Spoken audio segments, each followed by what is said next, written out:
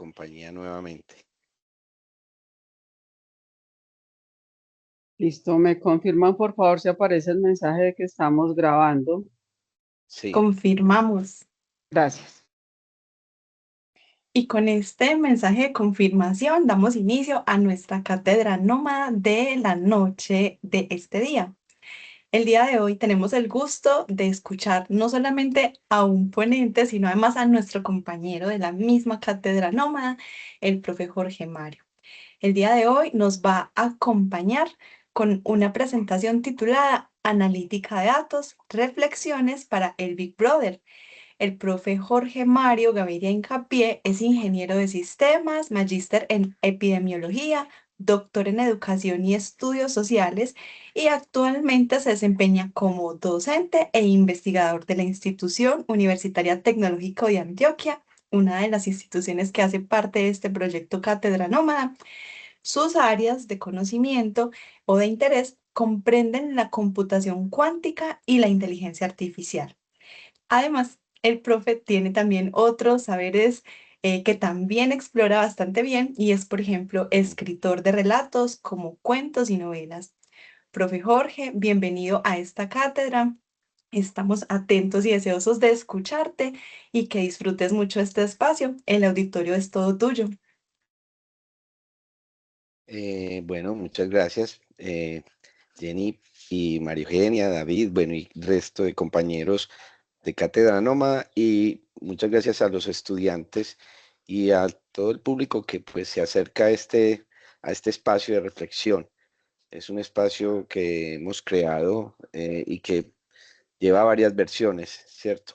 Siempre aprovecho este espacio para hacer alguna reflexión sobre unas temáticas que en lo personal siempre me mueven, ¿cierto? Me mueven mucho y eso es parte como de lo que quiero con ustedes también, que puedan pensar críticamente alrededor del tema de la tecnología, que es como, pues digamos, este tema de la tecnología, el desarrollo de tecnofactos, diseñar tecnofactos, crearlos, sí, es algo que nos convoca y nos mueve, pero entonces tenemos que pensar cuál es ese papel que está teniendo la tecnología en nuestro día a día.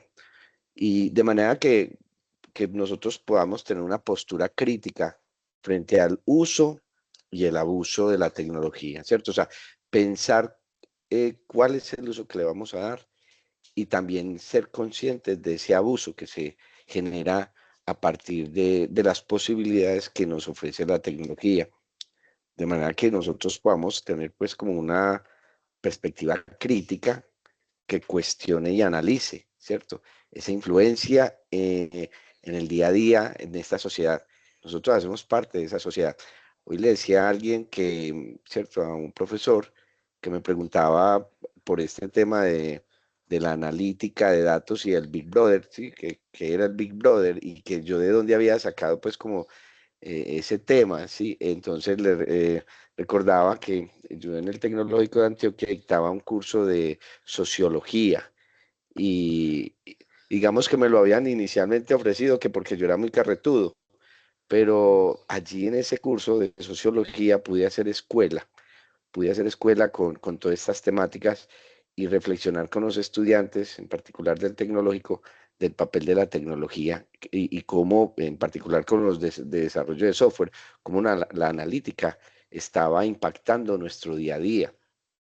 Y porque es que quiero como que ustedes, digamos, como estudiantes, se sientan responsables de eso que están desarrollando y que lo hagan, pues, digamos, de una manera honesta, transparente, porque es vital, es fundamental exigir esa transparencia y asumir esa responsabilidad, pues no solamente individual, sino colectiva, para que podamos crear o construir un futuro digital justo, ¿cierto? Que nosotros empecemos a crear una huella digital, una marca digital, y pues qué tan bueno que nosotros podamos en el día a día tomar decisiones que son las que finalmente eh, son las que valen, porque cuando diseñamos un software, cuando diseñamos un sistema de información, yo siempre le digo a los estudiantes, ¿para qué sirve un sistema de información?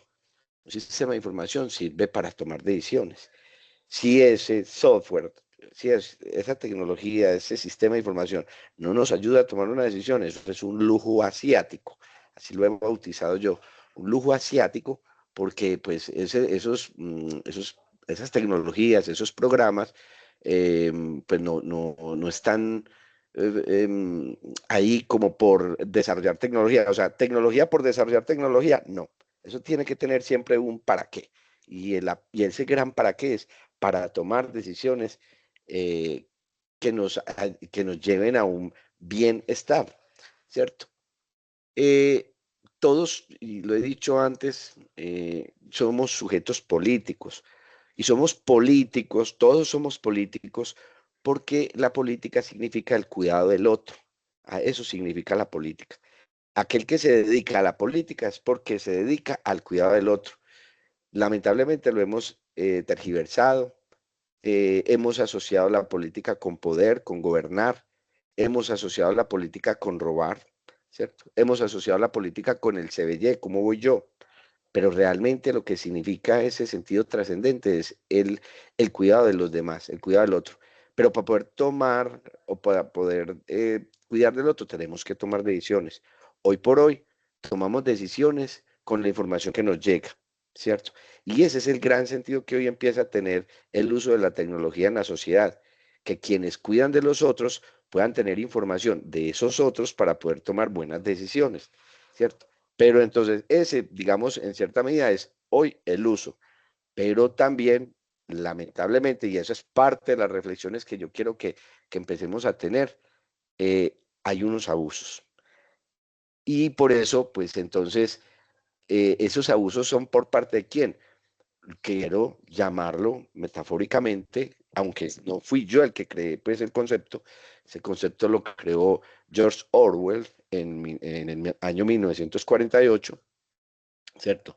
George Orwell, que de hecho aquí tengo enseguida, les muestro pues una diapositiva, pero este libro que se llama 1984, sí, ya les cuento un poquitico de este libro, pero el Big Brother, él lo crea ahí en esa novela, El Gran Hermano. Entonces, ese gran hermano es el que en alguna medida puede hacer un abuso de los sistemas de información. ¿Sí? Para no darle un nombre que es que el presidente, el gobernador, ¿sí? Aquel que se encarga de hacer la política, entonces es el que está abusando. No, el que está abusando es ese colectivo, ¿sí? Que George Orwell, digamos, llama Gran Hermano. Enseguida vamos a ver unas cositas para que podamos entender el por qué digo reflexiones para el Gran Hermano. Aquí estoy mostrando algunos de, digamos, mis artículos, pero la intención realmente no es, y entre comillas, me disculpan la expresión, no es chicanear con esto, pues realmente tampoco es que sea mucho, es más bien poco lo que tengo como en publicaciones, pero lo que quiero es que mostrarles allí, por un lado, es mi huella digital, ¿cierto?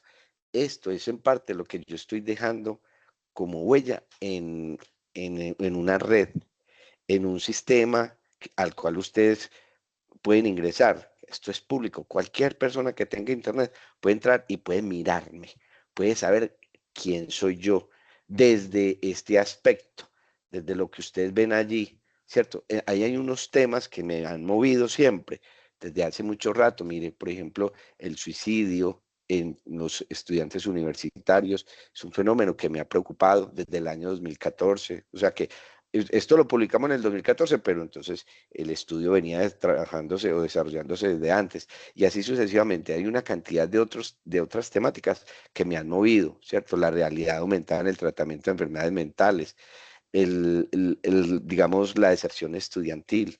Bueno, hay una cantidad de temáticas que me mueven y entonces cualquier persona que ingresa a la red puede darse cuenta que, pues, que me mueve, ¿sí? Que he publicado y en alguna medida también que he pensado. Cada uno de ustedes, muchachos, hace también deja una huella digital. Y eso es muy importante que ustedes lo reflexionen y lo piensen. ¿Qué están dejando? como huella ahí en los sistemas de información, en la web, y que porque eso se vuelve de consulta de lo, pues digamos, de lo público, ¿sí? De todo el mundo. Pero es que también hay otros datos que son de alguna manera metadatos que hablan también de usted y que usted no sabe que está dejando ahí en la red, ¿cierto? Los comentarios que usted hace en WhatsApp, los comentarios que usted hace en Facebook, eso va dejando también un rastro, una huella digital. Yo siempre les digo a todos, cuiden esa huella digital que ustedes están dejando, cuídenla, creen un buen nombre aquí en las redes, porque, digamos, en alguna medida, quienes están tomando decisiones y, o sea, no solamente aquí en Colombia hay gente que se dedica a la política del cuidado del otro, en otros países, ¿cierto? En Estados Unidos, en Europa, también están cuidando de los suyos. Y hoy, pues estas son ventanas para hacer vigilancia de esas personas que están aspirando a ir a esos países. Entonces, cuando estamos pensando, por ejemplo, en pedir una visa, con toda seguridad que los sistemas de información que rastrean su nombre, pues van a mirar a ver usted qué dice, qué hace, qué piensa, qué ha escrito, cuál es esa huella digital, la revisan y a partir de eso, pues toman las decisiones de darles o no visa. Entonces, no es que, porque uno escucha decir a la gente, a los muchachos, no, es que no me dieron la visa porque es que eso es cuestión de suerte. No es cuestión de suerte. En alguna medida también, fíjese qué es lo que usted ha dejado ahí como rastro hoy por hoy en estas redes, ¿cierto? Entonces, quería como, insisto, mostrar esto simplemente para hacerlos reflexionar sobre la huella digital. Y mire, antes de pasar a la siguiente diapositiva, hay unas barras aquí en la parte superior, ¿cierto? Son unos, digamos, unos indicadores, son unas medidas.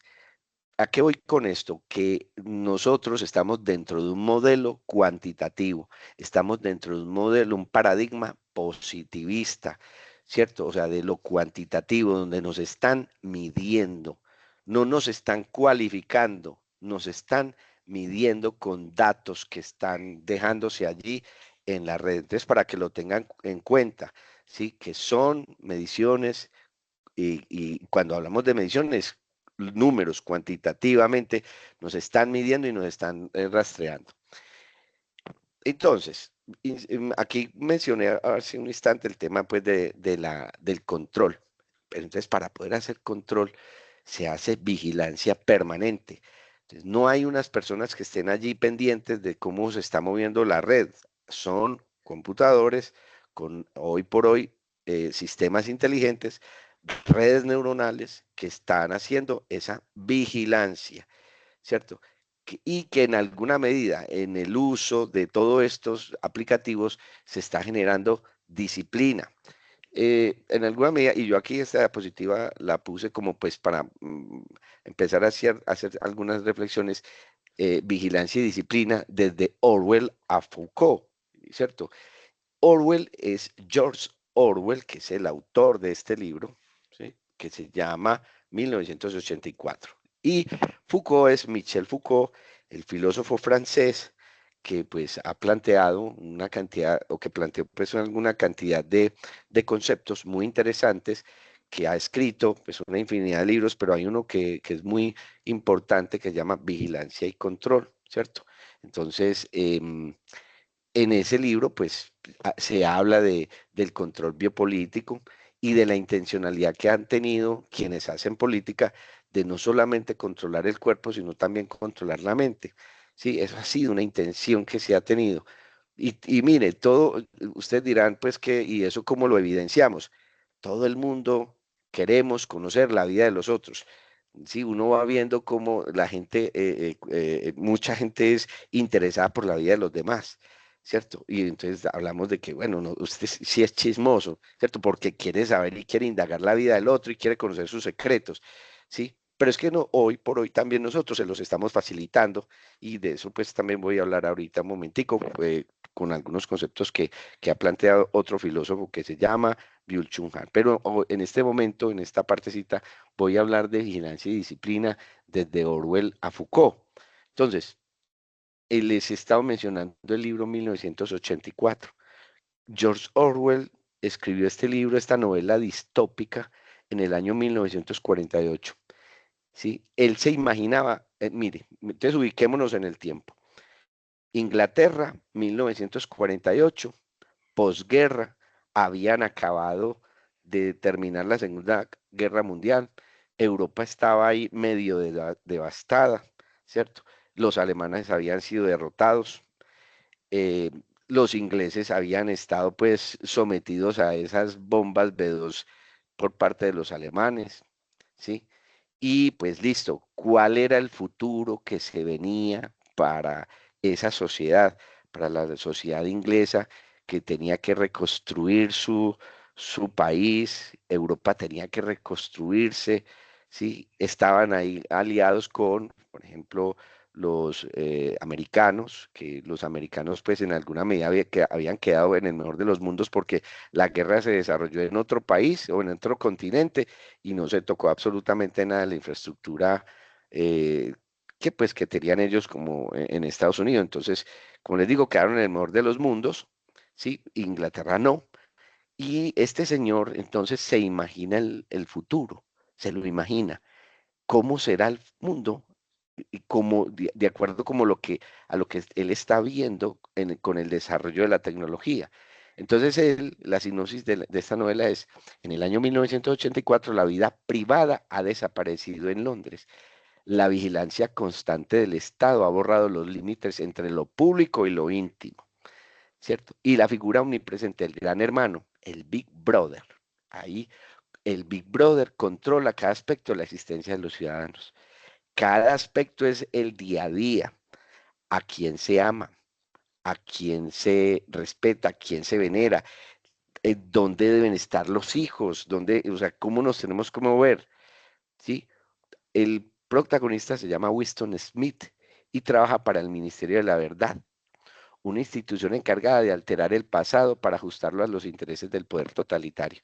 Imagínense, una institución que cambie la historia, que la cambie pues a su amaño, reescribiéndola, ¿sí? Reescribiéndola. Y entonces este señor, atrapado en una sociedad que castiga el pensamiento libre y la disidencia, Winston comienza a cuestionar el sistema que lo oprime y a preguntarse si aún es posible resistir a una maquinaria diseñada para someter la mente y la memoria colectiva. Aquí es donde empieza a aparecer, porque pues esto parece como muy cruel y muy horrible, máquinas que sometan la mente y la memoria. Pues cree uno que esto es algo, insisto, distópico, imposible, pero hoy por hoy entonces, ¿qué podemos pensar de la inteligencia artificial? Yo quiero hacer un paréntesis. No quiero que piense, o sea, no quiero ser como fatalista o no quiero ser apocalíptico, ¿cierto? No quiero como que ustedes piensen y que soy como en proclive a las teorías conspirativas, ¿cierto? Porque de hecho, pues, como ingeniero de sistemas que soy, conozco cómo son, cómo se desarrollan y cómo funcionan funciona la inteligencia artificial. Pero, pues, digamos que hoy esa maquinaria, ¿cierto? Que no estoy hablando inclusive ni del hardware siquiera, ¿cierto? No estoy hablando de la computación cuántica, o sea, como hardware. Estoy hablando de las posibilidades que hoy tenemos con la inteligencia artificial, esa quinta generación de computadores, cómo están haciendo, ¿cierto? Para, más que someter, voy a cambiar la palabra ahí, someter, para intervenir la mente de la gente, para crear ciertas sensaciones. Y en alguna medida los medios de comunicación también, pues, sea, como ese cuarto poder, también está en alguna medida usado para poder influir en la mente de la gente, ¿sí? Estamos en un proceso electoral, aunque no quiero hablar de política, pero estamos en un proceso electoral y toda la sociedad colombiana hoy está susceptible a una cantidad de intereses y estamos siendo bombardeados desde todos los puntos de vista posibles de medios de comunicación con ciertos mensajes. Y yo quiero, en alguna medida, hoy en estas reflexiones para el Big Brother, hacer ese pues digamos esas reflexiones para que aprendan también a identificar qué es lo que está pasando. Porque en la medida, mire, dije ahorita, tenemos que tomar buenas decisiones, ¿cierto? Esta información se vuelve un insumo dentro de un enfoque sistémico, ¿sí? Para tomar decisiones, para que usted pueda tomar sus buenas decisiones de vida, ¿sí? Y no se sienta después, en un futuro, engañado, ¿cierto? Que usted no se sienta defraudado, porque usted creyó en unos, digamos, unos sistemas, creyó en unos postulados, creyó en una cantidad de cosas que realmente era humo. Entonces, pero quiero que ustedes, porque es que es muy bueno tomar decisiones conscientemente. Y aquí voy a decir una cosa de la que voy a tratar más adelante también, y es lo que es el libre albedrío. Nosotros creemos que tenemos libre albedrío, pero yo, Jorge Mario Gaviria, puedo, pues con mi experiencia, yo creo que no tenemos libre albedrío. Nosotros no, o sea, nosotros creemos que tenemos libertad para tomar decisiones. Lamentablemente, no somos libres de tomar decisiones porque estamos sometidos a una cantidad de aspectos, de variables, de tensiones sociales que nos llevan a no poder tomar esas buenas decisiones. Decisiones que inclusive nosotros creemos que serían las que nos llevarían a ser felices. Sí, por eso habla ahorita de que ojalá uno pueda tener buena información para tomar buenas decisiones. Hoy, pues en una época tan trascendente como son las elecciones que se aproximan, ¿no? Entonces, muy interesante que ustedes puedan tomar muy buenas decisiones. Mm, entonces, el Big Brother en esta novela, pues siempre te está viendo. Y pues precisamente lo interesante de la novela es que te crean esa sensación de que te están vigilando. ¿Sí? Hay experimentos donde, por ejemplo, ponen a la gente a hacer cosas, ¿sí? Les dicen que no los están vigilando y entonces la gente hace se comporta de una manera, pero cuando les dicen que los están vigilando, que los están mirando, la gente se comporta distinto. Los niños se comportan distinto cuando les dicen que hay alguien que los está, ¿cierto? Que hay una profesora que los está vigilando, ¿sí? Y así, o sea, ¿cuál es esa figura de autoridad que nos está vigilando? Entonces, el Big Brother es una figura, digamos, es una creación colectiva, es un imaginario realmente de que alguien nos está vigilando. ¿Qué es lo que estamos haciendo mal? ¿Cierto? Y que nos está viendo permanentemente, ¿sí? Eh, yo sé que desde lo religioso, pues, también dicen pues, o sea, yo aquí hago un paréntesis, soy creyente, soy un hombre de fe, pero aquí pues, voy a cerrar el paréntesis, pero sin embargo quiero decir que pues la figura de Dios lo han, digamos, manejado para generar ese temor en la gente de que hay un ser, ¿cierto?, que lo está vigilando a uno en sus acciones del día a día, para que uno se pueda comportar y tenga pues una, digamos, moralmente, tenga una vida cristiana. ¿Cierto? Pero bueno, no quiero profundizar en ese tema de qué es tener una vida cristiana, qué es tener, o sea, tener buenos hábitos y ser una persona moralmente buena, ¿sí? Pero, bueno, pero es para que ustedes tengan como ese símil, o sea, ese Big Brother es ese vigilante permanente que te lleva a que te comportes de cierta manera. Pero ese Big Brother en esta novela, pues digamos, es una construcción que digamos, le hacen meter a la gente para que crea que sí hay alguien que nos está vigilando permanentemente. Y de hecho, pues no quiero espolear pues como la novela para que la lean. Esta es una novela, muchachos, que hoy hay que leer. Se volvió un referente, es una novela de culto prácticamente, un referente que todos tenemos que leer para que nos demos cuenta de qué es lo que está pasando hoy por hoy inclusive con la tecnología, ¿sí? Em, Michel Foucault nos planteaba esta reflexión. ¿Cuál es el peor castigo? ¿Cierto? Mire que siempre nos han dicho, ¿cierto? Eh, Palo y zanahoria. O sea, siempre nos dicen, si se maneja mal, entonces tendrá un castigo. ¿Sí? Si cometemos crímenes, pues obviamente vamos a tener nuestro castigo. Si nos manejamos mal en esta vida, ¿cierto? Para los cristianos, pues tendrán un castigo eterno. ¿Mm? Entonces pues para eso pues se crea el infierno, para que allá pues se consuma en el fuego del infierno por todos sus pecados. El castigo. Entonces, ¿cuál es el peor castigo? Y en este caso, pues Michel Foucault decía, doblegar la voluntad, encerrar el cuerpo o excluir de los beneficios. ¿Sí? Entonces, hoy, pues, es en parte la sociedad nos excluye de ciertos beneficios, ¿sí? Y eso puede ser, digamos, un castigo social. Y quiero como hacer el símil con el tema, vuelvo a relacionar el tema de la visa. ¿Sí? Si usted tiene un mal comportamiento, pues no va a tener posibilidad, no va a tener una visa para ingresar pues, a ciertos estados. ¿Sí? Entonces, y uno se pues, piensa, ¿por qué quiero ir a esos estados? Porque pues ahí socialmente hay unos beneficios que yo como ser humano quiero también verme beneficiado, pero como pues usted no ha, o sea, por cualquier razón, no puede aspirar a ellos, entonces se le excluye de esos beneficios, ¿cierto? Entonces, por eso es tan potente esta reflexión que hace Michel Foucault. ¿Sí? ¿Cuál es ese peor castigo? Entonces, piensen también ustedes cuál es ese peor castigo hoy por hoy.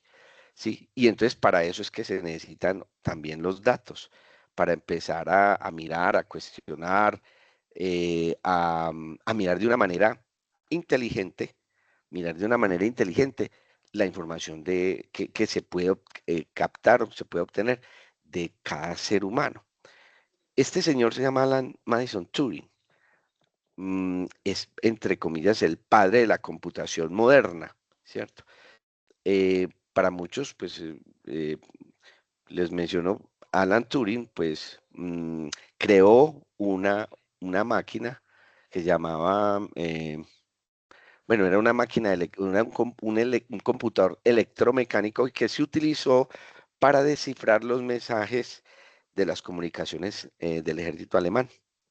Entonces, de hecho, pues hay una película que se llama Código Enigma, que los invito para que la vean, y entonces allí pues se menciona más o menos la vida de Alan Turing, que tristemente fallece pues debido a que al parecer lo envenenaron con un cianuro en una manzana. Algunos especulan que la manzana de Apple pues se debe o está pues así mordida en honor a Alan Turing, ¿cierto? Como para recordarle al mundo que el padre de la computación murió mordiendo una manzana. Steve Jobs, pues en alguna medida, en algún momento lo negó, pero es una creencia que se tiene, ¿sí? Mm, entonces, pero hubo una frase y mire, o sea, y la traigo aquí a colación es porque estamos en un mundo de inteligencia artificial, pero entonces, ¿qué es que una computadora pueda ser llamada inteligente? Y aquí esto que están viendo allí, esta frase es lo que da pie a lo que se llama la prueba de Turing. La prueba de Turing es la prueba que logra pasar, ¿cierto? Un computador si logra engañar a una persona haciéndole creer que es un humano. De hecho, existe una competencia que se llama el premio Turing, y el premio Alan Turing es ese. O sea, si la computadora se desarrolla un sistema, si la computadora es capaz de engañar a 2 de 3 jurados, pues se considera que el sistema ese pasa la prueba de Turing, ¿cierto? Entonces, mm, y mire, esto todavía está pues vigente como concepto. Entonces, una computadora puede ser llamada inteligente si logra engañar a una persona haciéndole creer que es un humano. Yo me pregunto y les pregunto, ¿cuántos de ustedes se sientan a conversar con una IA, a pedirles consejos? ¿Cuántos de ustedes se sientan pues, digamos, a ver, a tener esa compañía? ¿Cuántos de ustedes la IA se vuelve como su mejor amigo hoy por hoy? ¿Cierto? A quien le confían todas las cosas que ustedes hacen y todas las decisiones que están tomando. Ahorita les decía, un sistema de información sirve para tomar decisiones. Sí, la toma de decisiones es un acto humano, pero lamentablemente como no sabemos tomar decisiones, las estamos dejando en manos de inteligencias artificiales, ¿cierto? Le preguntamos cuál es la mejor decisión o cuál es la alternativa que se debe tomar y a partir de eso, pues prácticamente nos están diciendo qué debemos hacer, ¿cierto? Entonces, las máquinas, las machine learning hoy eh, están siendo muy valoradas, están en boga. Hoy, pues, existen decenas de inteligencias artificiales que están aprendiendo, porque eso es lo que es una máquina de aprendizaje. Una machine learning es una inteligencia que está aprendiendo permanentemente, ¿sí? Con todo lo que, con la información que se le está brindando, ¿sí? Si yo, por ejemplo, entro a mi inteligencia artificial, yo tengo en este momento unas 5 IAs, y a esas 5 IAs yo les pregunto a cada una, ¿quién soy yo? Ellas me dicen, eres Jorge Mario Gaviria, eres un investigador colombiano que trabaja en XYZ, ¿cierto? Y empieza a hacer una descripción detallada de lo que yo soy o lo que yo por lo menos hago. ¿De dónde sacan la información? De toda mi interacción con la CIA, de todo lo que yo le voy pasando y le voy subiendo, ¿cierto? Entonces, yo les pregunto a ustedes, ¿cuántos de ustedes tienen ya entrenada la IA, su IA? El semestre pasado estábamos en una reunión con una empresa que los que no son de sistemas, había una empresa muy importante en el mundo que se llama Oracle.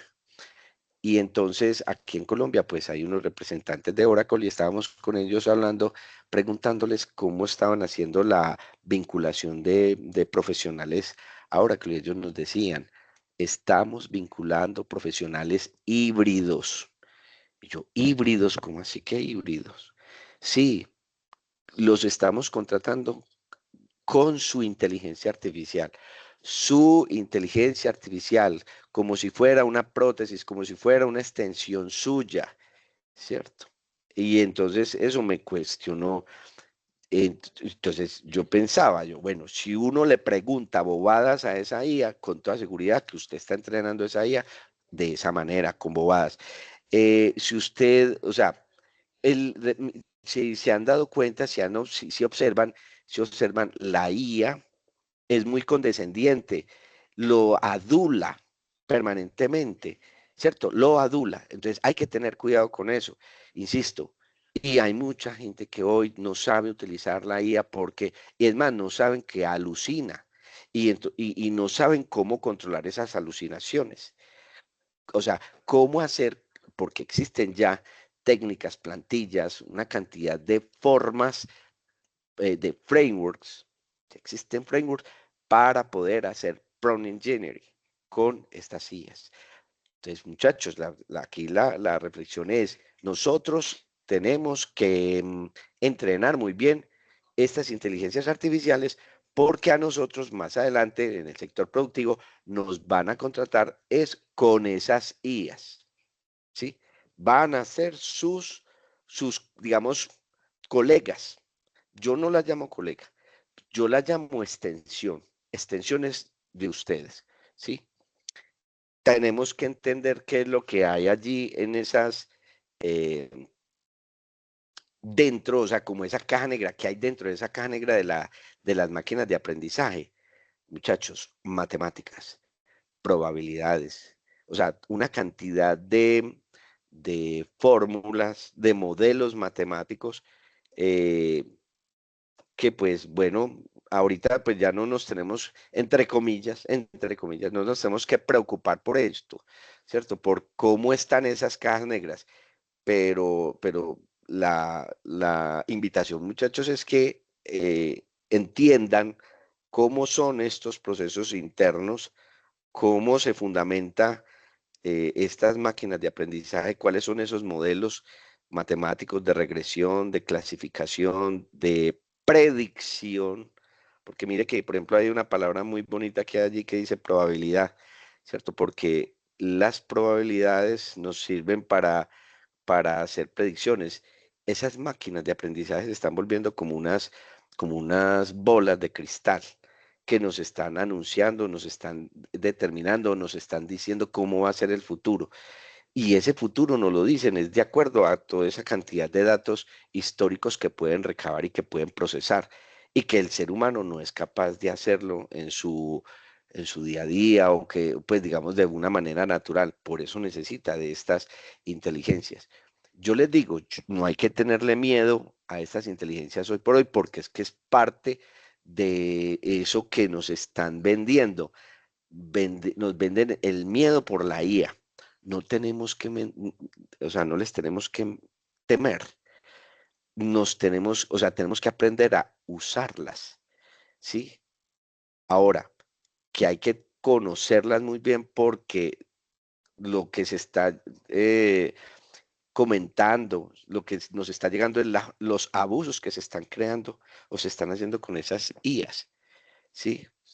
Los abusos, entonces nos tenemos que cuidar de ellos. Sí, pero el que inocentemente peca, inocentemente se condena. Entonces no podemos ser ingenuos, es mi llamado. Tenemos que conocer cómo funcionan estas IAs, porque en alguna medida entonces lo humano se va volviendo valioso. ¿Qué es lo humano? Lo que no es perfecto.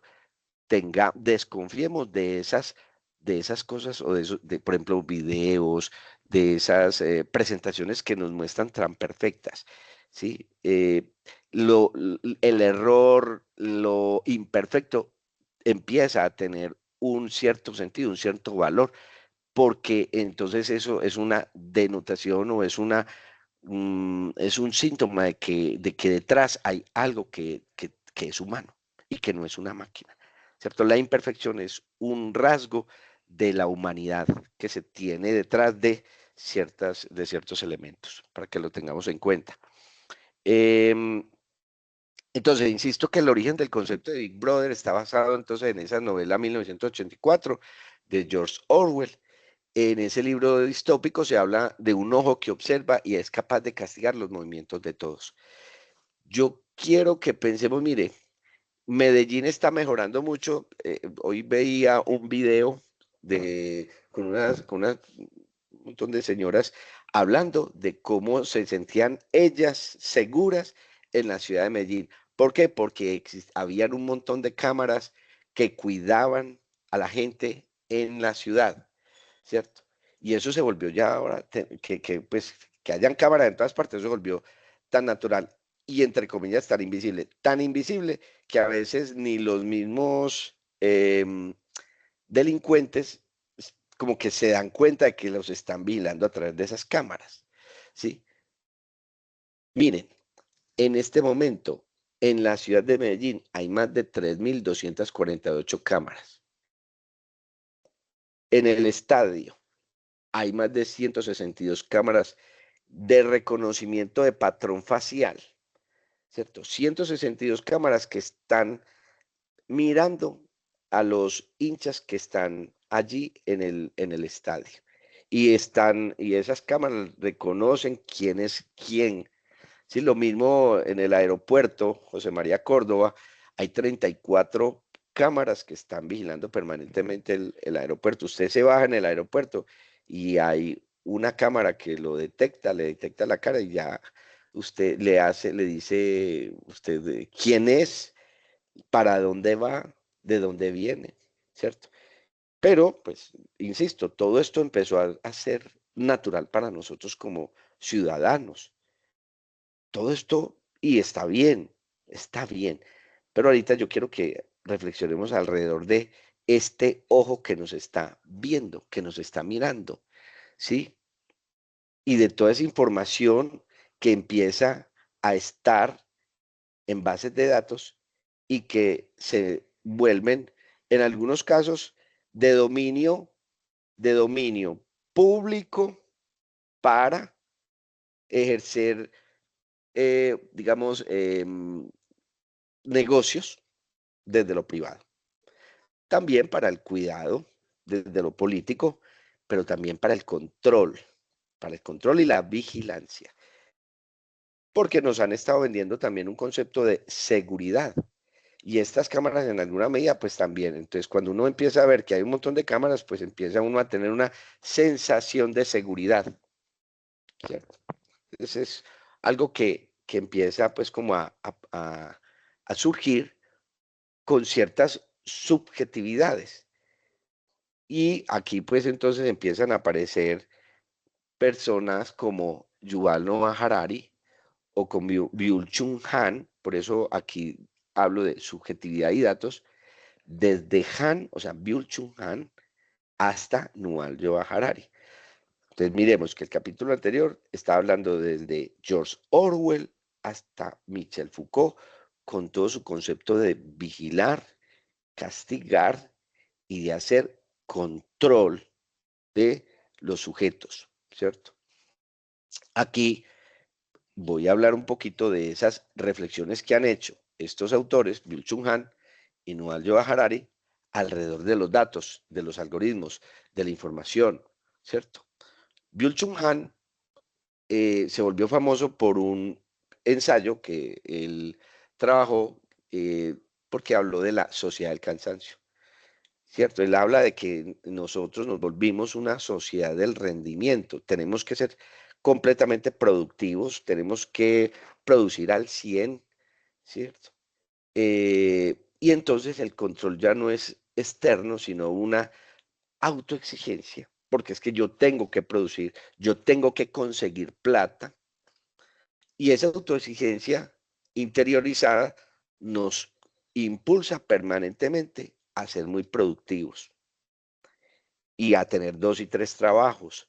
Pues bueno, aquí, pues si uno tiene un trabajo, pues bacano, ¿cierto? Bien, y puede uno sentirse, digamos, que está de buenas, entre comillas, porque hay gente que no está, que no ha podido conseguir trabajo.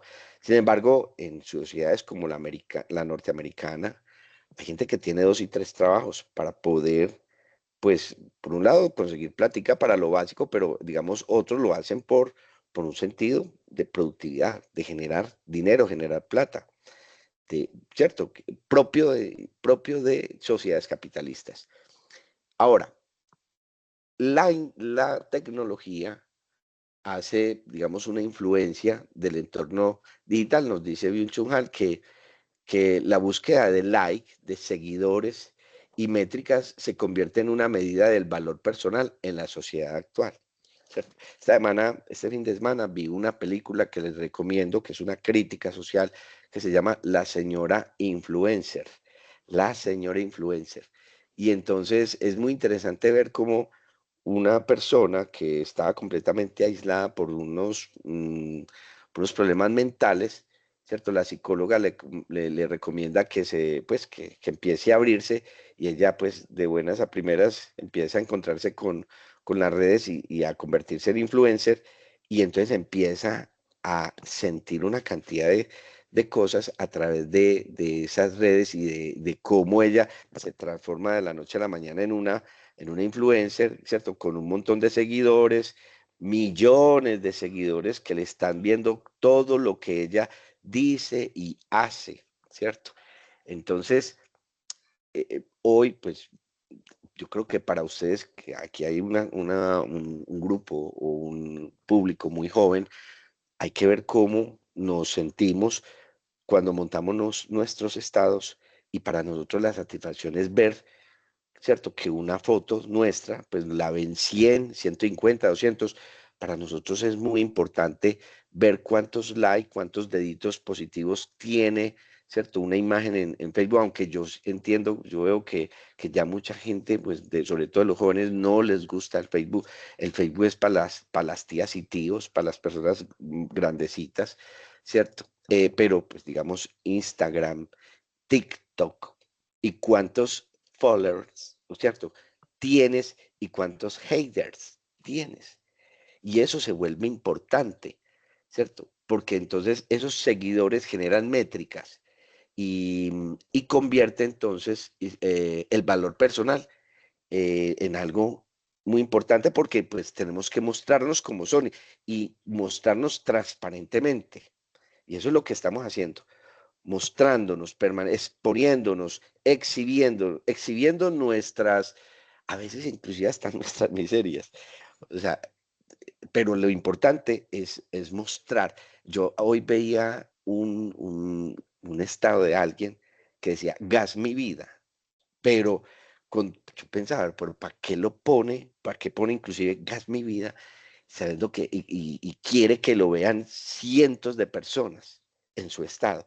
Y le da satisfacción ver que muchas personas y que le hagan los comentarios que quieran, ¿cierto? Sobre todo eso, pues que le digan, pero ¿cómo? Pero mira, pero por lo menos está teniendo una interacción con un montón de gente. Eso lo piensa Byung-Chul Han. O sea, estamos hablando de una sociedad positivista que nos gustan los likes, ¿sí?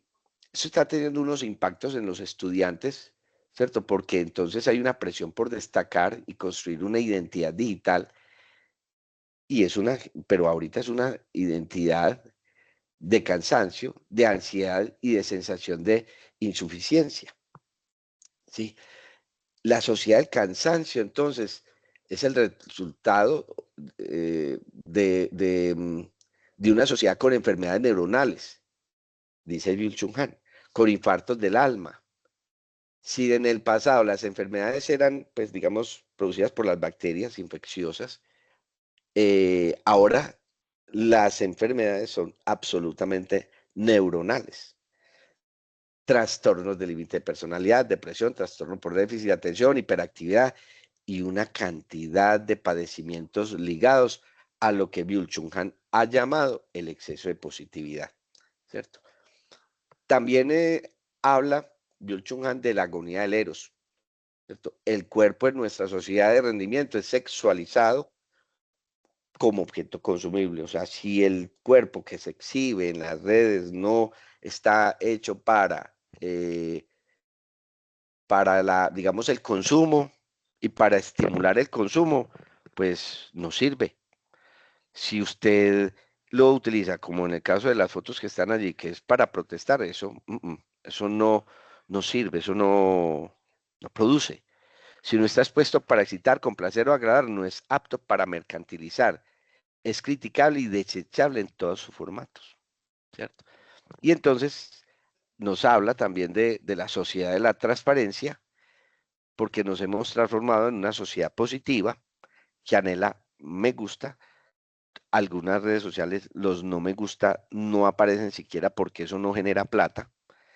Anula así todos los indicios de negatividad, ¿cierto? La vigilancia, entonces, en las redes sociales impone una visibilidad y una transparencia constante donde nada puede estar escondido, porque si eso está escondido, se torna sospechoso para el Big Brother, se torna, ¿cierto? Como que, venga, ¿qué está pasando con este? ¿Sí? Que no está exhibiendo sus cosas. Este es el libro, Homo Deus, de hecho lo tengo por acá, ¿cierto? También, Homo Deus, de Yuval Noah Harari. Ese, también tiene otros libros, hay otro libro pues que ven allí, 21 lecciones para el siglo XXI, recomendado. Ahí, el primer bestseller de él era De animales a dioses. También es un libro muy bueno. Son libros que hay que leer, muchachos. Libros que hay que tener a la mano para entender como la dinámica de la sociedad actual, ¿cierto? Hay otro libro que escribió que se llama Nexus, ¿cierto? Que es la historia de la forma como nos estamos relacionando, ¿sí? Hoy por hoy, muchachos, el relacionamiento se vuelve una cosa fundamental. Relacionarnos, ¿sí? O sea, una persona en cierta medida vale por la cantidad de relaciones que tiene, por eso la cantidad de seguidores, por eso los influencers, por eso los youtubers, entre más gente tenga, ¿cierto? Viendo sus videos, pues obviamente, y eso en alguna medida es relacionamiento, ¿sí?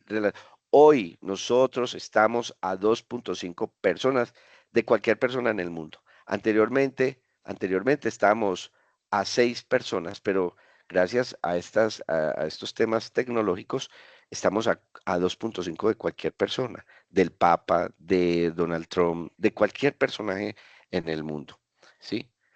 Eh, este señor Yuval Noah Harari, pues lo recomiendan los grandes líderes de los temas tecnológicos porque pues ha estado planteando unos temas muy interesantes. En particular, y eso lo trata en el libro de Homo Deus, hay un tema que es el dataísmo, los datos, la religión alrededor de los datos, dataísmo, y habla de unos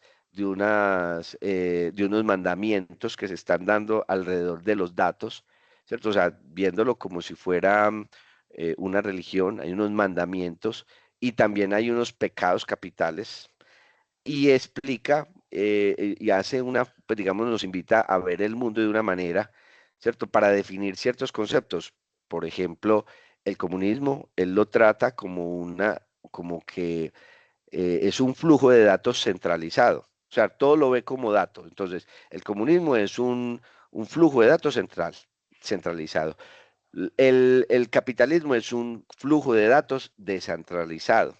¿Sí? Y entonces él analiza que puede ser positivo o negativo dentro de esa forma de ver el mundo como un flujo de datos. Y de hecho, nosotros pues en esa visión somos como algoritmos, somos algoritmos. Entonces, Harari propone el tema del poder de los datos, el dato como fuente de poder, ¿cierto? Anteriormente decían, el que tenga la información tiene el poder. ¿Cierto? ¿Pero por qué? Porque, bueno, con esa información puede tomar buenas decisiones. Pero es que hoy los datos que nosotros estamos generando, ¿cierto? Que en los likes que hacemos en las redes, las fotos que estamos subiendo permanentemente, o sea, los sonidos, inclusive nuestro sonido se convierte en un dato, ¿sí? La imagen se convierte en un dato. Bueno, hay una cantidad de elementos que no necesariamente, o sea, el dato no es solamente decir Jorge, Mario, ¿cierto? Nombres y apellidos, edad. No, el sonido, el color, las formas generan datos. Y los datos se convierten entonces hoy en la principal fuente de poder, porque con estos datos podemos modelar la realidad social.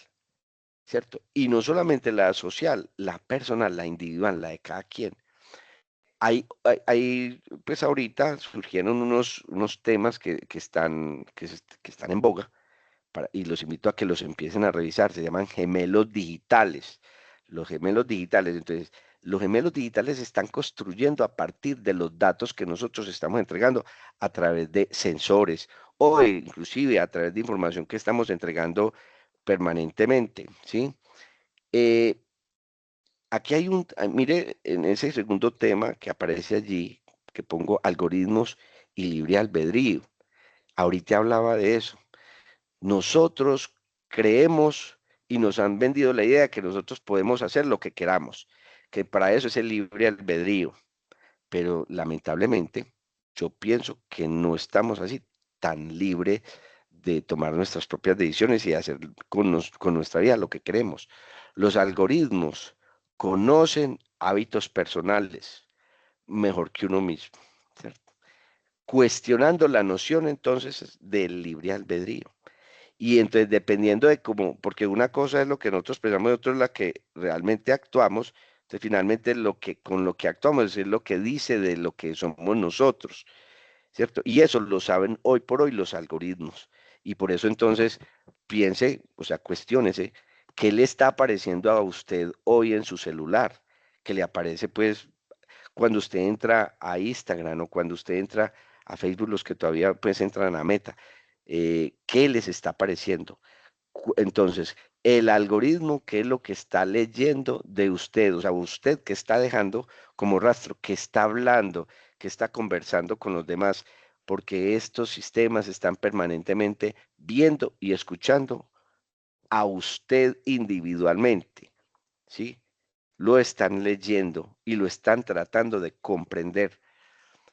Esto tiene unos impactos, ¿cierto? Y muy interesante poder hablar de esto en el ámbito educativo, como lo es este espacio de Cátedra Nómada, ¿cierto? Entonces, hoy las plataformas educativas también analizan el desempeño y predicen riesgos para mejorar las decisiones institucionales.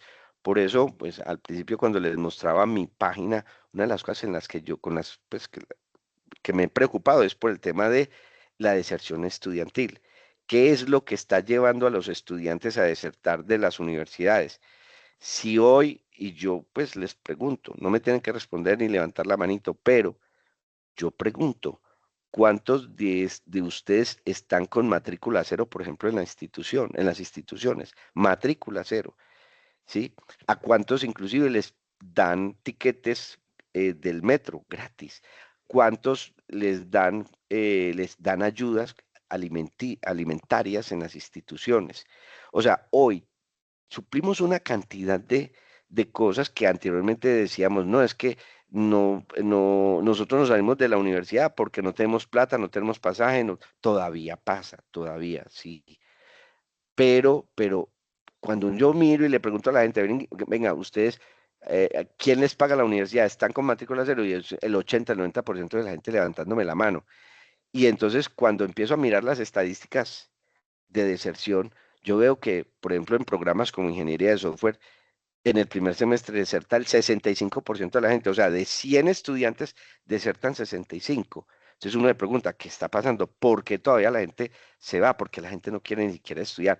En la Universidad Nacional, por ejemplo, los aspirantes han bajado digamos, hace unos años se presentaban 100 personas, hoy se presentan 60, ¿cierto? Ha bajado un 40% el porcentaje de aspirantes en la Universidad Nacional. La Universidad de Antioquia anteriormente se demoraba 3 días evacuando, ¿cierto? A los aspirantes haciéndoles el examen de admisión. Hoy salen un día de todos los aspirantes que hay, ¿sí? Muchas universidades están teniendo unas coberturas amplias, altas, ¿cierto? Porque están recibiendo a todo el mundo. Y sin embargo, las tasas de deserción son muy altas. ¿Por qué?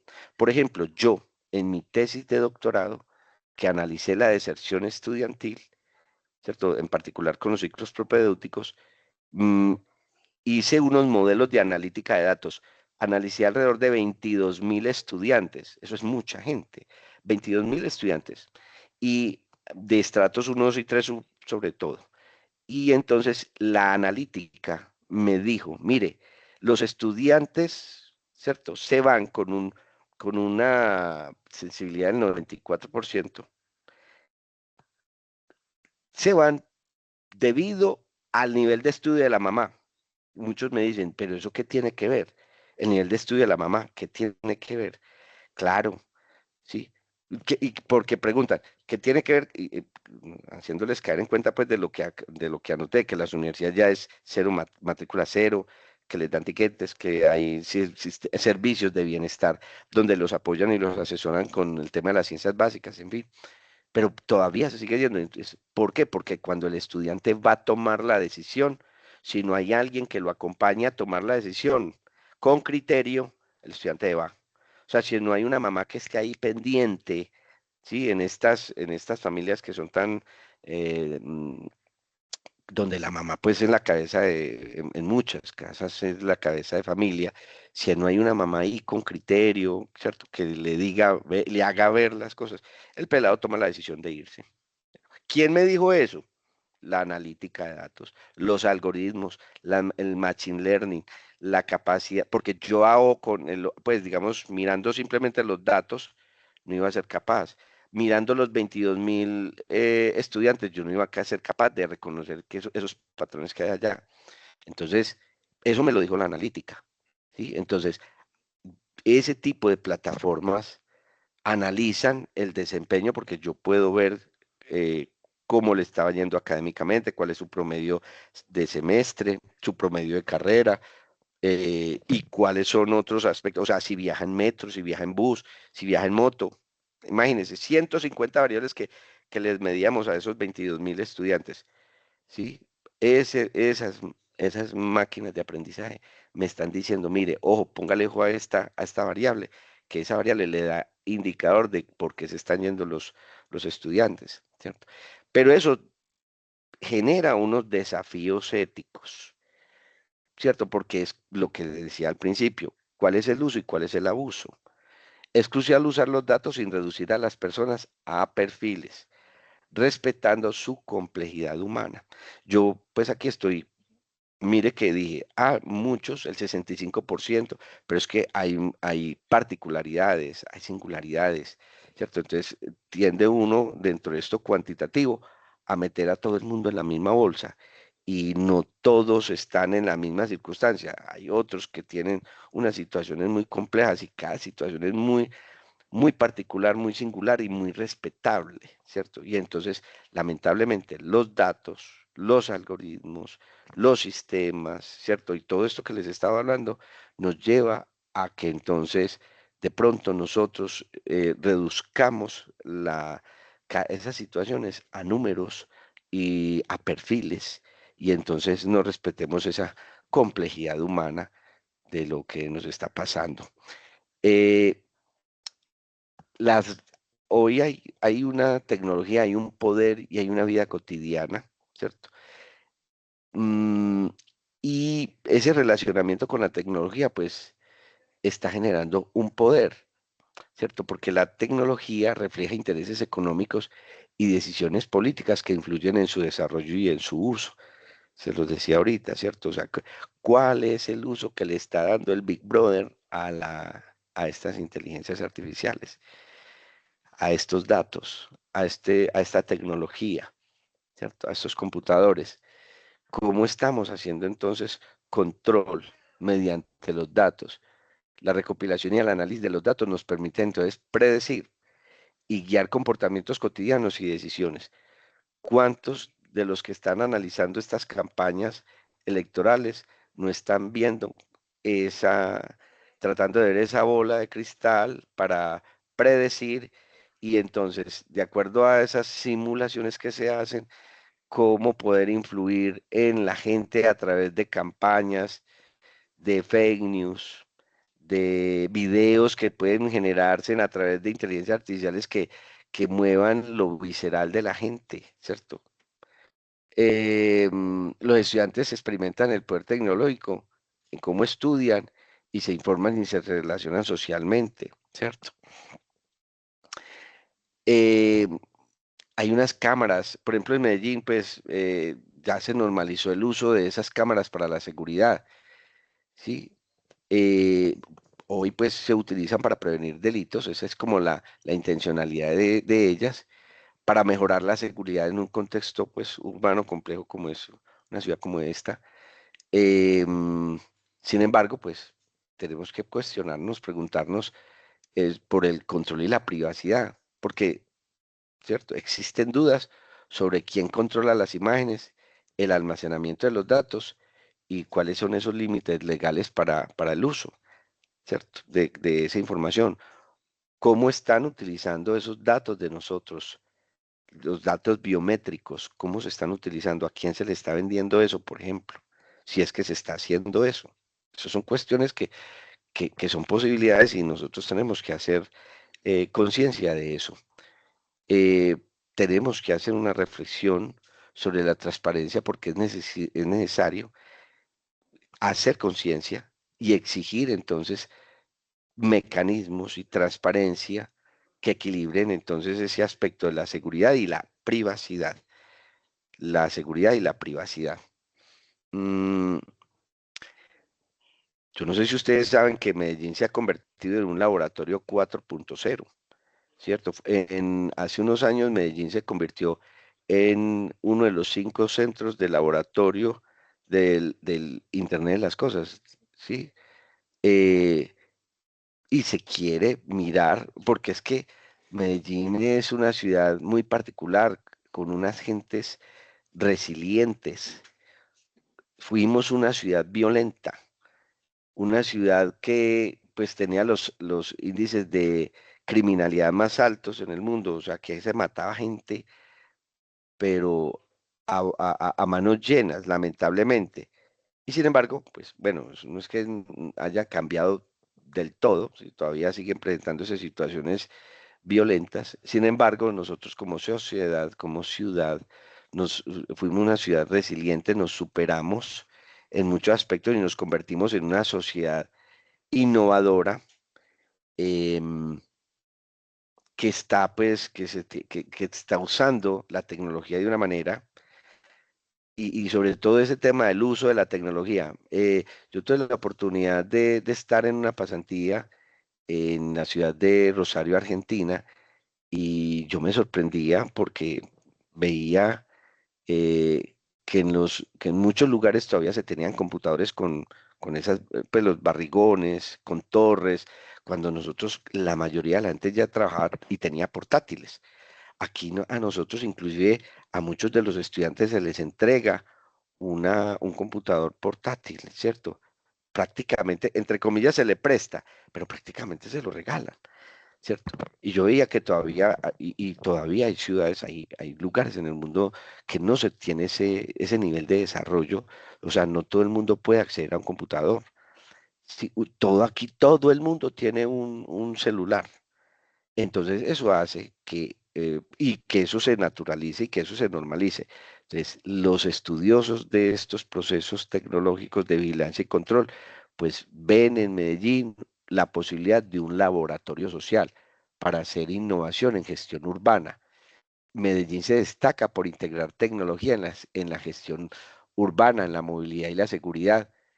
La idea es que, pues, obviamente se mejore la calidad de vida. Los ciudadanos experimentan tecnologías inteligentes en muchos espacios, en el metro, ¿cierto? En muchos lugares públicos. Ya les hablaba del estadio, les hablaba del aeropuerto y, bueno, y en general en la calle, ¿cierto? Se experimentan tecnologías inteligentes haciendo realmente tangible la innovación. ¿M? Pero eso nos lleva a digamos, a unas reflexiones éticas. Beijing sirve como laboratorio para debatir temas de privacidad, autonomía y control en un contexto tecnológico real, ¿sí? Entonces aquí el gran hermano debe reflexionar sobre ese elemento de la vigilancia total, ¿sí? Porque es que el gran hermano simboliza vigilancia estatal constante y castigo por desviación en el control social total, ¿cierto? Em, Esperen un instante, voy a conectar aquí bueno, si se les apaga mi cámara, pues lamentablemente fue porque se me acabó la pila aquí en el celular. Bueno, en fin, pero seguiría aquí en el computador. Eh, el gran hermano eh, tiene pues tenemos que pensar en ese tema del control del pensamiento, porque la censura y la manipulación del lenguaje permiten controlar no solo las acciones, sino también el pensamiento de los ciudadanos. Las empresas y las plataformas digitales también vigilan continuamente con aceptación social, porque eso les decía ahorita, naturalizamos como todo. Eh, y lo naturalizamos porque entonces a cambio nos están ofreciendo servicios y, y una conveniencia, ¿cierto? Es que estamos cambiando una cantidad de cosas privadas, unos datos, por una cantidad de servicios que nos están ofreciendo y por una conveniencia de disfrutar de ciertos beneficios que nos ofrece lo colectivo, ¿cierto? Pero entonces hay una comodidad versus miedo. El miedo ha sido reemplazado parcialmente por la comodidad y la conveniencia, ¿cierto? Como mecanismos modernos de control social. Entonces, por ejemplo, una forma de control social, los préstamos en las entidades financieras, ¿sí? A usted lo controlan durante 15, 20 años, le prestan una plata y usted tendrá que ser juicioso y productivo durante 15, 20 años para poder pagar esa plata, ¿cierto? Entonces, y muchas veces empeñamos nuestro tiempo para ser productivos simplemente por una conveniencia de tener, por ejemplo, plática para comprar un carro en un momento determinado, ¿cierto? O para comprar un apartamento, ¿cierto? En ciertos lugares. O sea, es conveniencia. O sea, eso no es que esté malo, pero o sea, lo que quiero es como a que ustedes piensen que estamos permitiendo un control social a través de esos mecanismos financieros. Eh, a nivel de la vida estudiantil, los algoritmos pues están influenciando a través de las redes sociales, ¿cierto? Los algoritmos determinan qué contenido aparece en las feeds de las redes sociales afectando la atención de los estudiantes. Pues nosotros como profesores estamos padeciendo esta situación permanentemente en el día a día de las clases. Padecemos esa atención que se nos está robando las redes sociales con los estudiantes, ¿cierto? ¿Y cómo controlamos eso? Muy difícil. Sí, los algoritmos ofrecen recomendaciones personalizadas, inclusive hasta las mismas soluciones, porque mire que la IA, usted llega ahí y hace un examen, hace un trabajo y la IA es la que le está haciendo el examen, el trabajo. A veces uno no sabe si calificarle a las IAs o a quién calificarle, ¿cierto? O ahora, pues nosotros estamos teniendo que, como profesores, vamos a tener que cambiar las formas, los mecanismos de evaluación. Tenemos que cuestionarnos y cambiar un poquitico también cuáles son los resultados de aprendizaje que queremos, ¿cierto? El año pasado recuerdo que una estudiante, yo la vi saliendo de una entidad financiera y ella estaba trabajando en esa entidad financiera y estaba trabajando allá en desarrollo. Y entonces yo le preguntaba, ¿cómo estás haciendo? Y me dice, pues, para este desarrollo. Me dijo, no, estoy usando IA y el banco me está ofreciendo cursos y capacitación permanente para utilizar esas IAs. No se concibe que no lo usemos acá en nuestro día a día. Yo tengo familiares que trabajan en empresas de desarrollo de software y ella pues me dice, hombre, tenemos que utilizar la IA y es la mejor manera o, pues para ser productivos. No concebimos que nuestros desarrolladores de software no usen la IA para poder hacer nuestras aplicaciones. Un profesor me decía la semana pasada, Jorge, yo lo que me demoraba antes un año para hacer un desarrollo de una aplicación, hoy me estoy demorando 2 días. Claro, las empresas entonces ven eso como una ventaja pues enorme y por eso entonces patrocinan el uso de la IA. Entonces, no puedo decir, hey, no usen la IA, sí, satanicemos el uso de la IA, antes por el contrario. Hay que empezar a fomentar el uso de la IA entre los estudiantes, pero tenemos que mirar cuál es el uso y cuál es el abuso. ¿Sí? Tenemos, y por eso, por ejemplo, estas reflexiones para el Big Brother, porque tenemos que tener una actitud crítica frente a los datos y los algoritmos, comprenderlos, comprender esos algoritmos, porque al comprenderlos permite a los estudiantes reconocer los intereses económicos y las decisiones de diseño, por ejemplo, que hay detrás de todas estas plataformas que hoy pues están en boga y que están ahí disponibles para todos, ¿cierto? Entonces, miremos esta palabra, y con eso yo creo que voy cerrando el tema del fascismo. No sé, aquí creo que tengo un error de ortografía, ¿sí? Voy a ver si, bueno, fascismo, no sé si se escribe así. Bueno, en fin, si no se escribe así, me disculpan. Pero mm, el fascismo se ha asociado mucho con temas históricamente con Hitler, con Alemania, con Italia, Mussolini, en fin. Pero, pues, ¿qué es el fascismo, cierto? Eh, hay que comprender en alguna medida digamos, ese concepto. Em, Mire, un acto político, por ejemplo, en una plaza pública decorada con colores vivos y simbólicos, donde hay música popular, ¿cierto? Donde sí, el escenario incluye, pues, digamos, luces, humo, donde todo el mundo está uniformado ¿cierto? El discurso prácticamente no existe, o el discurso son frases donde el cambio es ahora, la esperanza vuelve, somos el pueblo, o sea, donde se hace énfasis por los gestos, por la cercanía corporal, por las imágenes, por los abrazos, ¿cierto? Por los símbolos. Eso es, digamos, el fascismo es en este caso es una experiencia estética. O sea, no busca convencer a nadie con argumentos racionales, no hay unos discursos. mm, mm. Lo que se quiere es una experiencia estética, donde se movilicen emociones, donde la gente se identifique pues como con esos símbolos estéticos. Y entonces, pues ese cuidado del otro, que debería ser la política, en este momento entonces se está volviendo es más bien en un tema como un espectáculo. A esto se le conoce como estetización de la política y es una de las características hoy por hoy de las nuevas formas de fascismo, ¿cierto?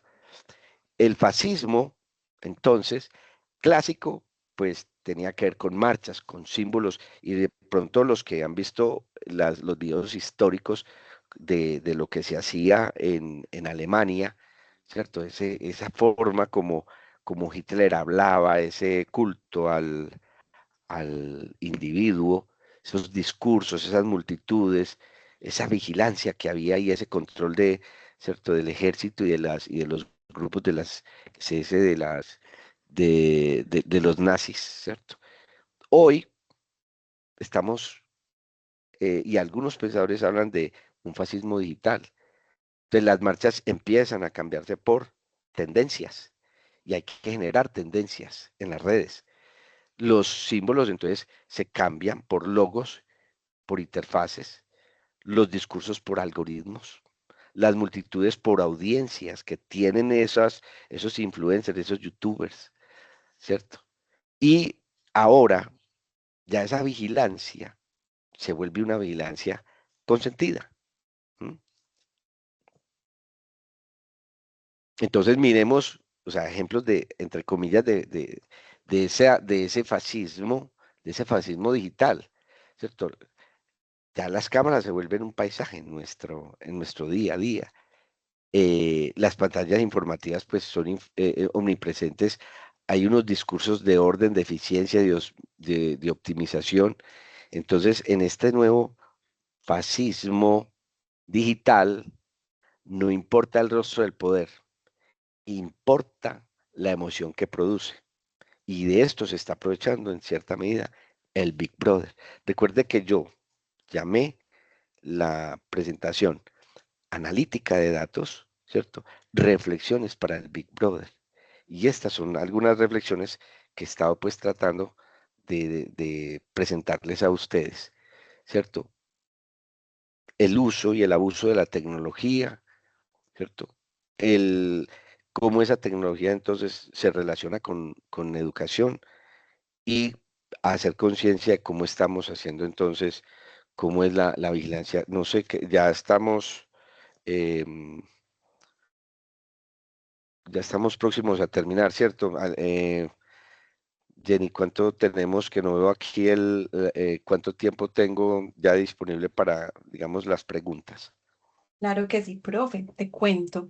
Son las 7:17 de la noche y tenemos ya aproximadamente unas 5 preguntas, entre las que vas a ir respondiendo, seguramente alguna que otra también va a surgir. Entonces, yo creo que ya podríamos, si deseas, ir redondeando tu cierre para que podamos hablar sobre estas preguntas que están bastante interesantes. Ah, bueno, listo, no, pues realmente me queda entonces una diapositiva para ir terminando, ¿cierto? Entonces, en estas reflexiones que tenemos que hacer para el Big Brother, eh, dentro de lo educativo, tenemos que pensar en todas esas nuevas formas de aprendizaje, ¿cierto? La tecnología ha ampliado el acceso al conocimiento, todo el mundo accede al mismo conocimiento. ¿Qué es lo que entonces las instituciones empiezan a ofrecer de diferente? ¿O qué es lo que uno puede encontrar diferente?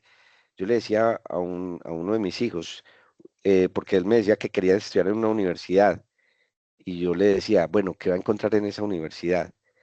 ¿Por qué quieres estudiar en esa universidad? Ah, por el conocimiento. Yo, pero es que el conocimiento lo vas a encontrar estando en la universidad de X, Y, Z, vas a poder acceder al mismo recurso de Internet, ¿cierto? A las mismas bases de datos.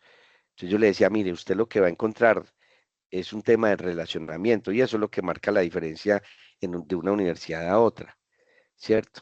Eh, la analítica, entender entonces que la analítica de aprendizaje y el seguimiento digital son herramientas que pueden permitirnos una monitorización de los estudiantes. Sin embargo, que todos estos procesos generan unos dilemas éticos, porque estas prácticas tienen que generar debate definitivamente sobre la confianza, a esos actos de fe que tenemos que hacer sobre la tecnología, eh, desarrollar esa autonomía estudiantil, ¿cierto? Porque ustedes tienen que empezar a autodeterminar, ¿sí? Tienen que empezar a tener competencias para poder tomar buenas decisiones, ¿sí? Y pues obviamente hacer ver que ustedes tienen unos, eh, digamos, unos derechos de privacidad dentro de lo que es la educación digital.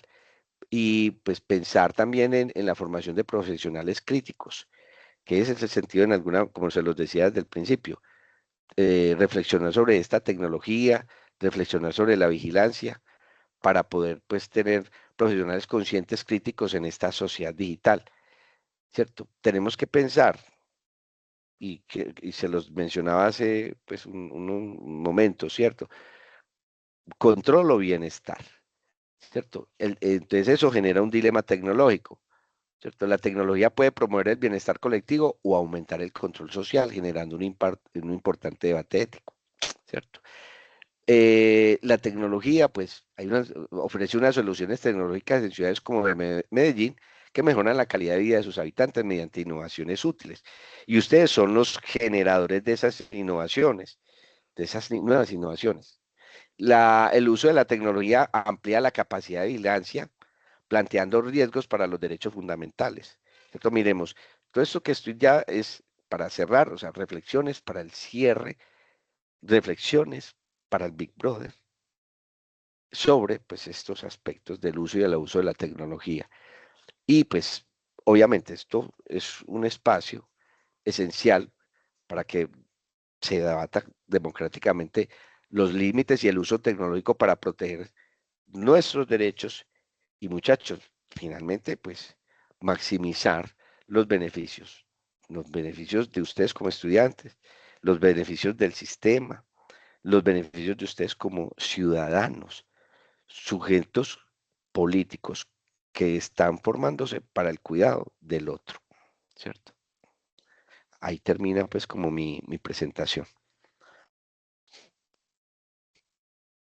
Bueno, profe, muchísimas gracias por esta ponencia, por llevarnos a esas reflexiones también sobre el Big Brother en este contexto, que no pareciera tan contemporáneo, sino que fuera algo como que desde hace mucho tiempo ya viene pasando de acuerdo a cada temporada, con la tecnología que esté a disposición.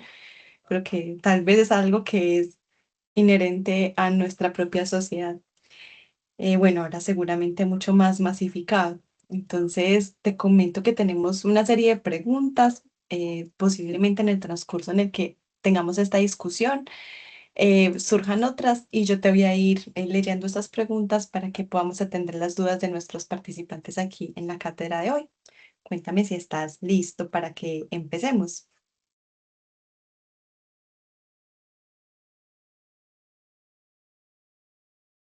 Voy a conectar aquí el celular porque ya estaba pues como bajito Descargándose.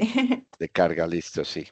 Claro que sí. Bueno, Entonces, cuéntame si quieres que empecemos entonces con estas reflexiones, profe.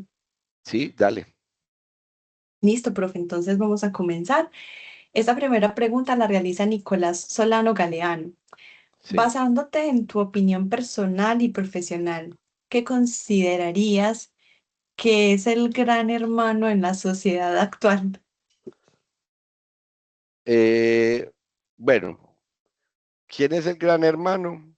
Mm, pues insisto, es un imaginario. Hoy, pues, finalmente, ¿quién es el que está beneficiándose de la información que estamos obteniendo? Sí, eh, yo esperaría que todos nos beneficiáramos como, o sea, que todos fuéramos ese gran hermano, pues como beneficiándonos, no como ese agente vigilante. Por eso planteaba al final esas reflexiones, o sea, ser conscientes del uso de la tecnología y cómo podemos usar esa tecnología en nuestro beneficio, pero en un beneficio colectivo, no en un beneficio particular, que eso es lo que en alguna medida también está pasando, ¿cierto?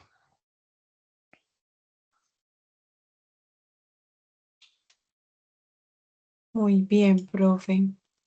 Muchas gracias por tu respuesta. Te comento que Sara Moncada Vélez nos hace la siguiente pregunta. Si revelar qué datos estamos analizando cambia el comportamiento de las personas, ¿es ético ocultarlo para obtener para obtener resultados más reales o eso lo convierte en una forma de manipulación? No, eso definitivamente es una forma de manipulación. O sea, es que no, precisamente por eso las normas están insistiendo mucho en ser claros e informarle a la gente qué se está haciendo con la información, ¿cierto? Pero pues lamentablemente hay cuestiones que no nos damos cuenta. Ojalá todo el mundo pudiera actuar correctamente y éticamente, pero también tenemos que, como decía ahorita la expresión, el que ingenuamente peca, ingenuamente se condena. O sea, no podemos ser ingenuos, tenemos que saber que eso está pasando. El problema está en naturalizar eso, en dejar que, bueno, eso está pasando, listo, dejémoslo así, y no hacer nada, no actuar, no tener un frente como un frente a esto, ¿cierto? O sea, como por eso es que, a ver, por eso es que yo creo que el tema de las elecciones, a quienes estamos eligiendo, quienes nos están representando, pues se vuelve importante hoy, ¿sí? Y por eso tenemos que empezar a formar ciudadanos íntegros, a que los niños hoy, por ejemplo, eh, empiecen a tener conciencia de que ellos pueden ser unos sujetos activos políticamente y empezar, digamos, a a formarlos bien. Pero es que nosotros somos muy incoherentes, a los niños no les paramos bolas y les estamos enseñando una cantidad de cosas, eh, ¿cierto? Pero después, cuando ellos crecen, ya les estamos exigiendo comportamientos, ¿cierto? En otro sentido de lo que inicialmente se les enseñó. Sí, por ejemplo, ¿qué qué puede pensar un niño, ¿cierto? Si ve que el papá y la mamá se meten en una fila, ¿cierto? Y eso lo naturalizan y lo hacen ver como bien, ¿cierto? Eh, entonces después, ¿qué le vamos a exigir en el comportamiento si nosotros como papás hemos actuado incorrectamente toda la vida y le hemos dado malos ejemplos? Entonces tenemos que desde ahí tenemos que empezar, desde la base, desde la educación, ¿cierto? Porque eso se convierte pues como en un mecanismo de supervivencia social. Claro que sí, profe. Bueno, te comento que Dan Flames, Jai Sinigui Bailarín nos pregunta lo siguiente. Profe, ¿usted cree que hoy la vigilancia es más como voluntaria porque uno mismo es el que regala sus datos sin sentir que lo están obligando? Sí, pero es por esa misma naturalización de un montón de cosas. O sea, esa vigilancia no es voluntaria. O sea, y yo creo que él está intentando decirnos que esa vigilancia es normal porque estamos regalando nuestros datos. Sí, yo creo que este espacio es importante para que cada uno empiece a hacer conciencia de la responsabilidad que tiene con su información. Por eso al principio les decía, ojo con la huella digital, ojo con su información, qué es lo que usted está dejando en las redes, ¿sí? Porque inclusive a través de los juegos, a través o sea, es que hay veces que yo veo que los muchachos caen ingenuamente en una cantidad de software, de tecnología, pero ojalá pudieran hacerlo con más conciencia, ojalá pudieran hacer el uso consciente de la tecnología y no abusar de esa manera tan inconsciente y tan ingenua como lo estamos haciendo hoy por hoy.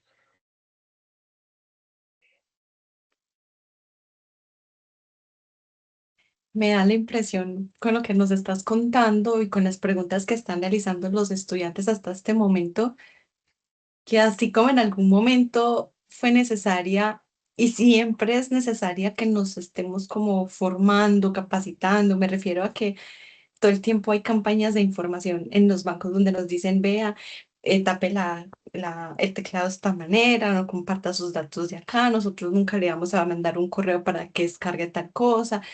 Todo el tiempo nos están dando información sobre qué no hacer para perder nuestro dinero, por decirlo de alguna manera. Con lo que tú estás comentando, siento que como que va a ocurrir un momento, o creo que ya es una necesidad en la que nos tengan que también empezar a formar sobre que no debemos regalar nuestros datos. Es que uno cae muy fácil en un jueguito, como estás diciendo, y Mm. ahí terminas dando un montón de información que nos puede poner en vulnerabilidad. Jenny, mire, em, en los mecanismos de ciberseguridad, ¿cierto? También hay un tema de ingeniería social. O sea, en ciberseguridad, una de las cosas que hay que hacer es detectar quiénes son las personas vulnerables y que son más susceptibles de entregar la información así fácilmente. Entonces, las empresas de seguridad informática, inclusive, hacen simulaciones de ataques, eh, enviando correos, entre comillas, trampa en las empresas, por ejemplo, mandan correos, entre comillas, necesito trampa para detectar cuáles de sus funcionarios son más proclives a entregar la información muy fácilmente, ¿cierto? Para poderlos identificar y de pronto hacer unas campañas de concientización. Eso lo hacen las empresas, pero pregúntese en lo que está consultando, en sus gustos, en todo lo que están em, stalkeando, ¿cierto? ¿Cuántas veces estamos dejando información nuestra, valiosa, ingenuamente, en en esos aplicativos, ¿cierto? Em, pero hay que culturizarnos un poquito, más que culturizarnos, es educarnos digitalmente. Pero eso o sea, se hace esa educación en la medida que seamos conscientes de esos riesgos, de que nos lo imaginemos. em, y hagamos, insisto, buen uso de la tecnología. Esto llegó hace mucho rato, ya la brecha digital se está cerrando. Se lo decía ahorita, todo el mundo está teniendo acceso a, a los sistemas de información en alguna medida en la palma de la mano. Entonces, es hacer conciencia, hacer estas reflexiones, tener estos espacios. Hay que seguir insistiendo como una prédica, pues, como si fuéramos unos pastores digitales.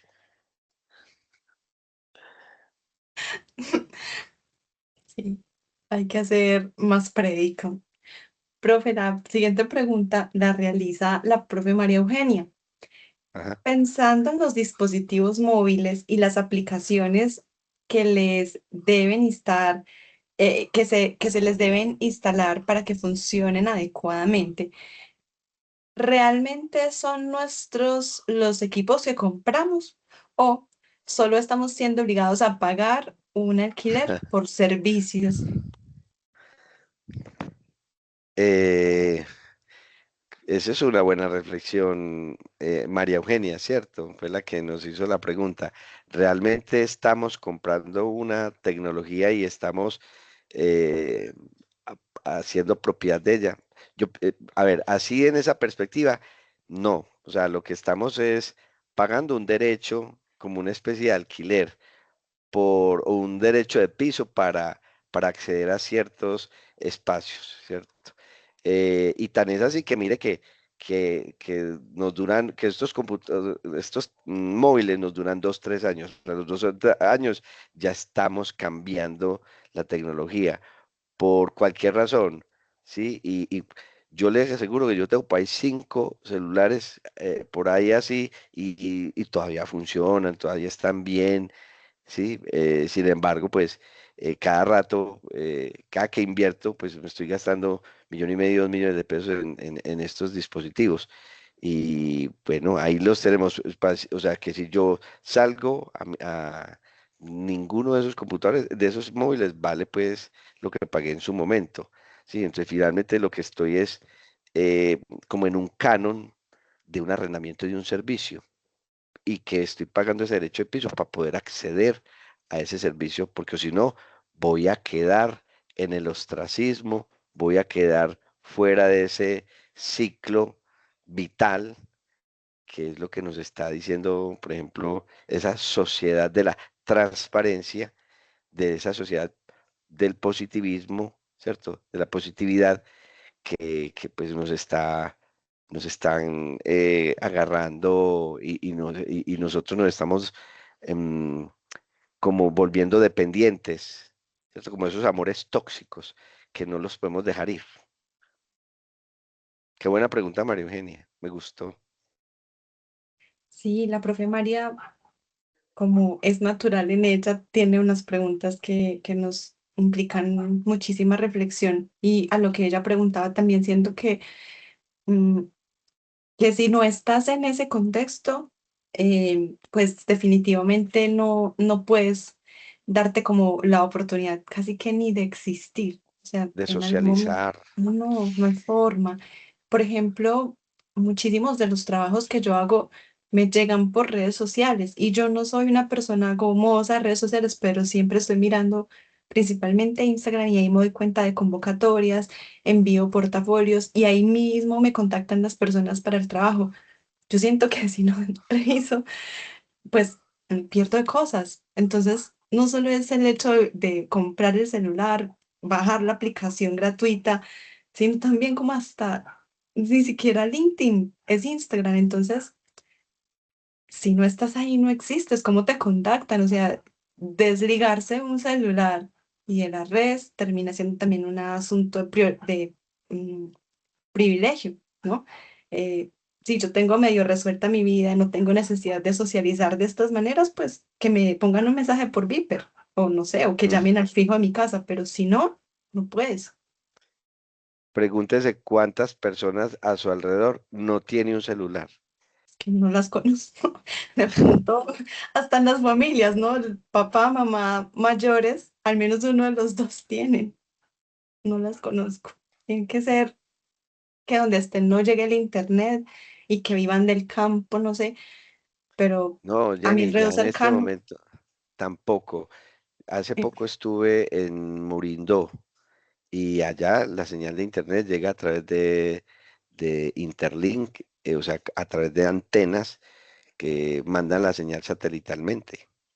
Entonces ya no estamos hablando de un aislamiento completo inclusive de las comunidades. No, hay conectividad ya, no hablemos del 100%, pero sí hay un gran porcentaje de conectividad de muchas regiones a este mundo digital. sí. Como llamativo y preocupante al mismo tiempo, es increíble.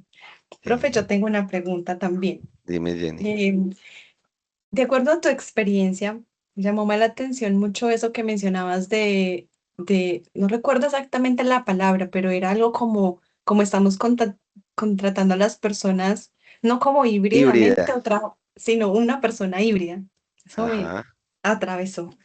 Entonces yo quisiera preguntarte, ¿qué opinas sobre el hecho que pareciera que en nuestros procesos profesionales debamos también contar con IAs que nos soporten?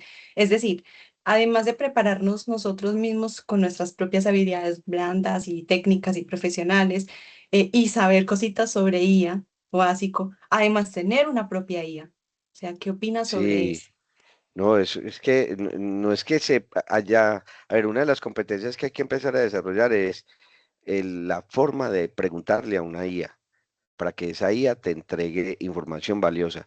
O sea, no es saber cositas, o sea, no podemos empezar a minimizar eso ya, Jenny, o sea, eso es una competencia que tenemos que desarrollar ampliamente, porque ya eh, los prompts se tienen que hacer muy bien.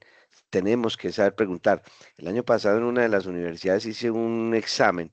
Yo decidí no, o sea, seguir utilizando ya la IA e incorporarlo en mis evaluaciones. Pero entonces hice una evaluación de esta manera. En una materia que se llama sistemas operativos, les pedí a los estudiantes que hicieran en Assembler un código, ¿cierto? Pero entonces les dije, pueden utilizar las IAs que quieran, ¿sí? Pero ¿cuál es la condición? Que el programa que hagan me corra en este aplicativo. Si eso no corre en este aplicativo, entonces pierden el examen. De 40 estudiantes, solamente dos pudieron lograr el resultado. Los otros no pudieron. ¿Por qué? Porque a muchos se les agotó, inclusive la gratuidad que tenían de los prompts del ChatGPT, del Copilot y ¿cierto? De las IAs que estaban utilizando, pero se les agotó porque no sabían preguntar, no sabían armar las preguntas. Entonces la hacían, no hacían sino alucinar y todo lo que entregaban, eso no servía para lo que yo necesitaba.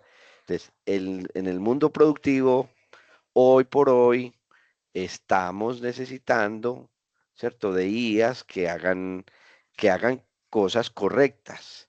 Usted tiene que, por un lado, saber decirle a la IA que le genere esa cosa correcta y adicional, tener el criterio para saber si eso que le entregó, si es lo correcto.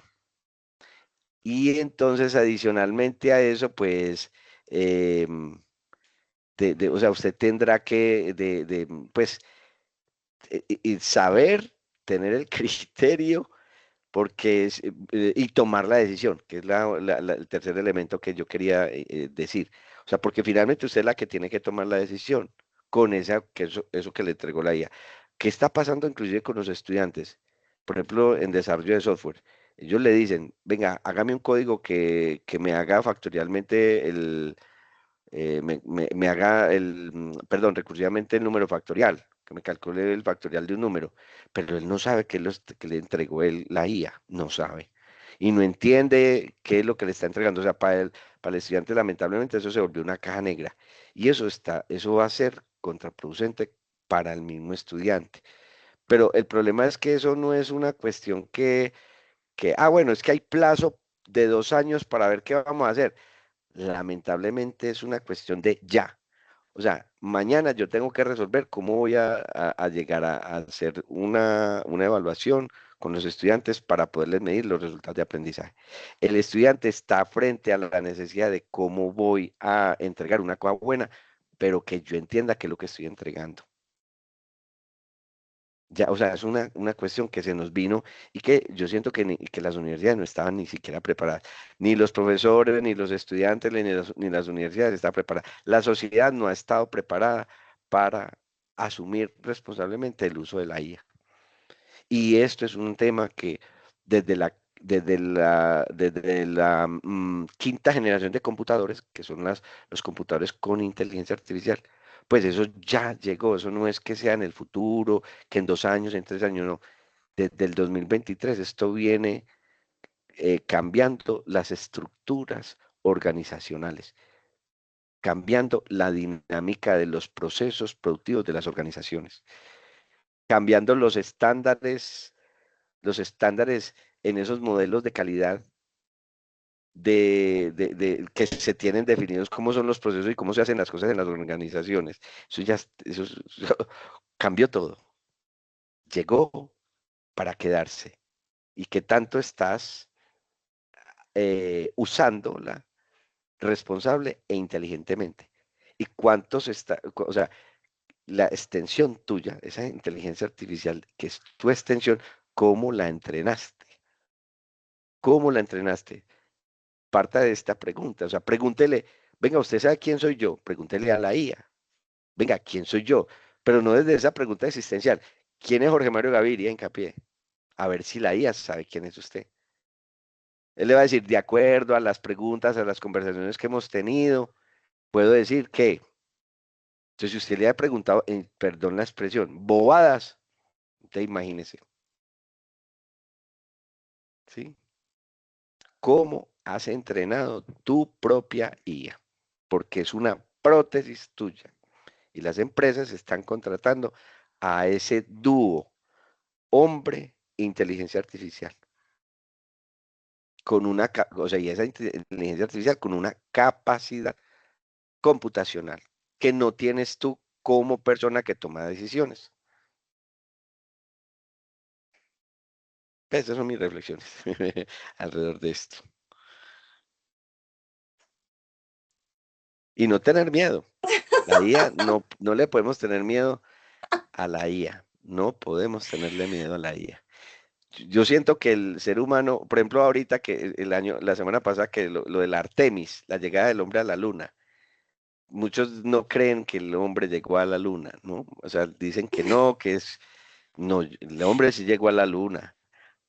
Y lamentablemente, pues no teníamos como actualizada la tecnología, em, y necesitamos de IAs para poder empezar a comprender el universo.